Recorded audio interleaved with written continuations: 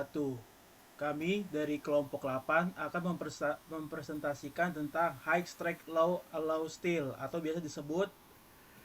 Baja paduan rendah berkekuatan tinggi. Oke, dan kami beranggotakan 3 orang. Yang pertama ada saya sendiri, Umar Fatinur dengan NIM 2302311008, dan teman saya. Randi Firmansyah dengan NIM 23023 11086. Dan saya Rokib Alfiansyah dengan NIM 2302311085. Nah, di sini saya akan menjelaskan pengertian High Strength Low Alloy Steel atau disingkat HSLA.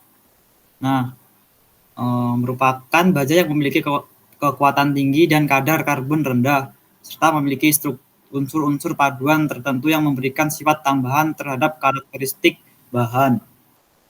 Nah, HSLA ini tensile strength yang tinggi, anti bocor, tahan terhadap abrasi, mudah dibentuk, tahan terhadap korosi, ulet, sifat mampu mesin yang baik, dan sifat mampu las yang tinggi.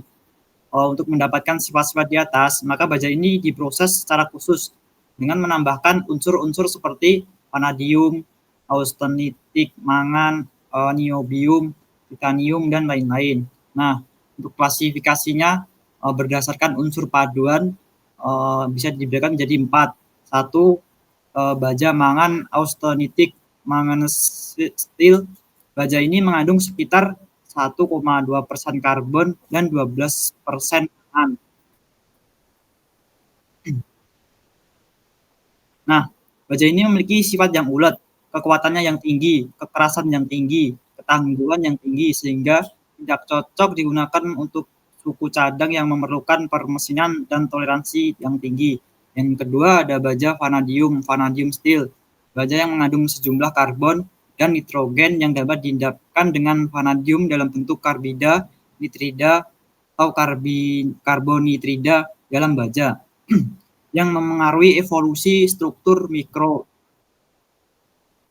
Nah, kadar vanadium dalam baja ini umumnya tidak lebih dari 0,5%, kecuali baja perkakas berkecepatan tinggi yang banyak digunakan dalam baja struktural paduan, baja pegat, baja banjalan, baja perkakas paduan, baja perkakas berkecepatan tinggi, baja tahan panas, baja tahan hidrogen, dan baja suhu rendah.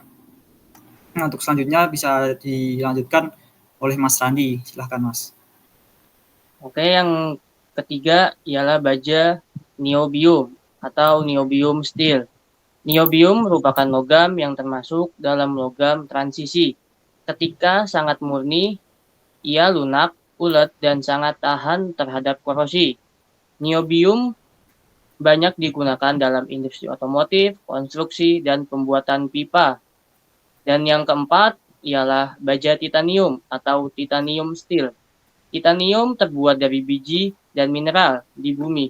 Titanium sebagian besar digunakan dalam pembuatan perhiasan, raket, sepeda, jam tangan, dan gadget lainnya.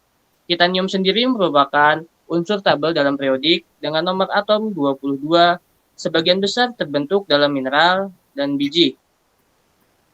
Titanium adalah paduan perak dengan kerapatan rendah dan kekuatan tinggi.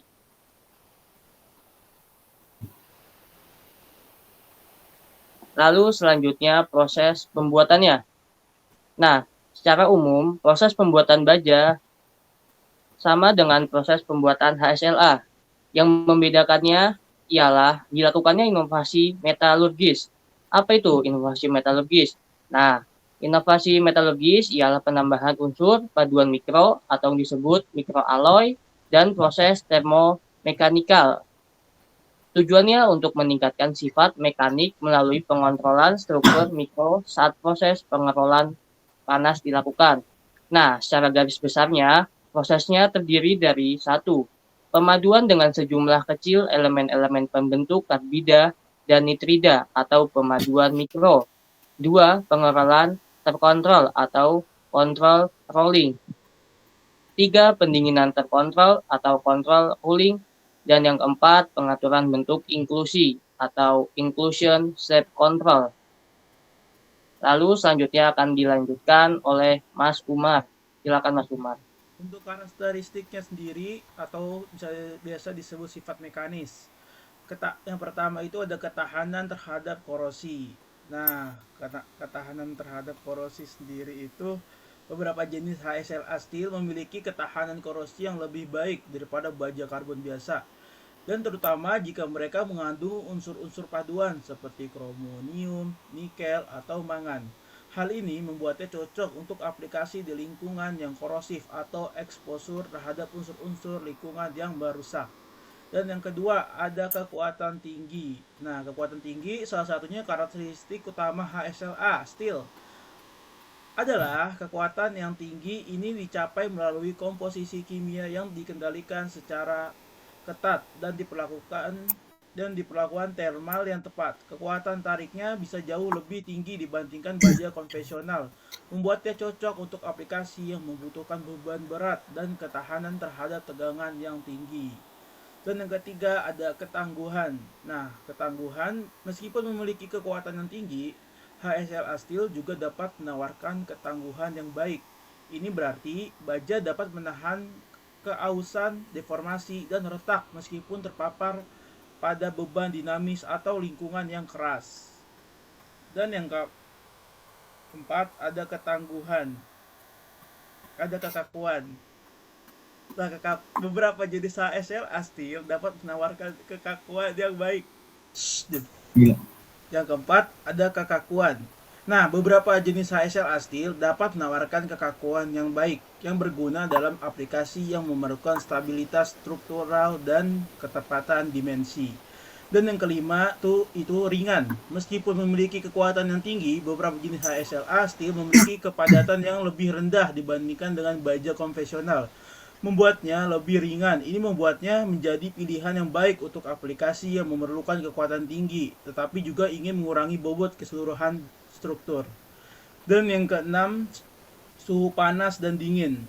Beberapa jenis HSLA steel dapat mengalami perlakuan panas atau dingin. Untuk meningkatkan sifat mekanisnya, proses-proses ini dapat memberikan peningkatan signifikan pada kekuatan, ketangguhan, dan sifat-sifat lain dari baja. Nah, untuk pengaplikasiannya sendiri, aplikasi baja paduan rendah kekuatan tinggi atau biasa disebut HSLA ini cukup luas dan meliputi berbagai industri. Berikut adalah beberapa contoh aplikasiannya. Yang pertama itu ada industri otomotif. HSLA digunakan dalam pembuatan rangka kendaraan, suspensi, knalpot, dan komponen struktural lainnya. Kekuatan yang tinggi dan berat yang relatif ringan membuatnya sangat cocok untuk meningkatkan efisiensi bahan bakar dan kinerja keselamatan kendaraan. Yang kedua ada konstruksi. HSLA digunakan dalam pembangunan jembatan dan infrastruktur lainnya. Mereka saling digunakan dalam bentuk profil baja untuk memperkuat struktur dan menahan tekanan yang besar. Dan yang ketiga ada pembuatan pipa. Pipa baja HSLA digunakan dalam industri minyak dan gas serta sistem distribusi air untuk ketahanan yang tinggi terhadap tekanan dan korosi. Dan yang keempat ada peralatan berat. HSLA digunakan dalam pembuatan alat-alat diskonstruksi, peralatan pertanian, dan mesin-mesin berat lainnya. Karena kekuatan dan keuletannya yang tinggi serta berat yang lebih ringan dibandingkan baja konvensional. Nah, untuk yang kelima ada industri maritim. Baja HSLA digunakan dalam pembuatan kapal, platform lepas, pantai, dan struktur laut lainnya. Karena ketahanan terhadap korosi dan kekuatan yang tinggi dalam lingkungan laut yang keras. Nah, untuk yang keenam itu ada industri manufaktur umum. HSLA digunakan dalam berbagai aplikasi manufaktur umum seperti peralatan industri, rak penyimpanan, dan peralatan lainnya di mana kekuatan dan keuletan yang tinggi diperlukan. Nah, untuk yang terakhir ada pembangkit listrik. HSLA digunakan dalam pembangkitan listrik, terutama dalam konstruksi turbin dan infrastruktur pembangkit listrik, karena kemampuannya untuk menahan beban berat dan suhu tinggi. Nah, untuk sekian dari presentasi dari kelompok saya. Apabila ada kekurangan kata dan perkataan yang menyinggung, mohon dimaafkan. Wassalamualaikum warahmatullahi wabarakatuh.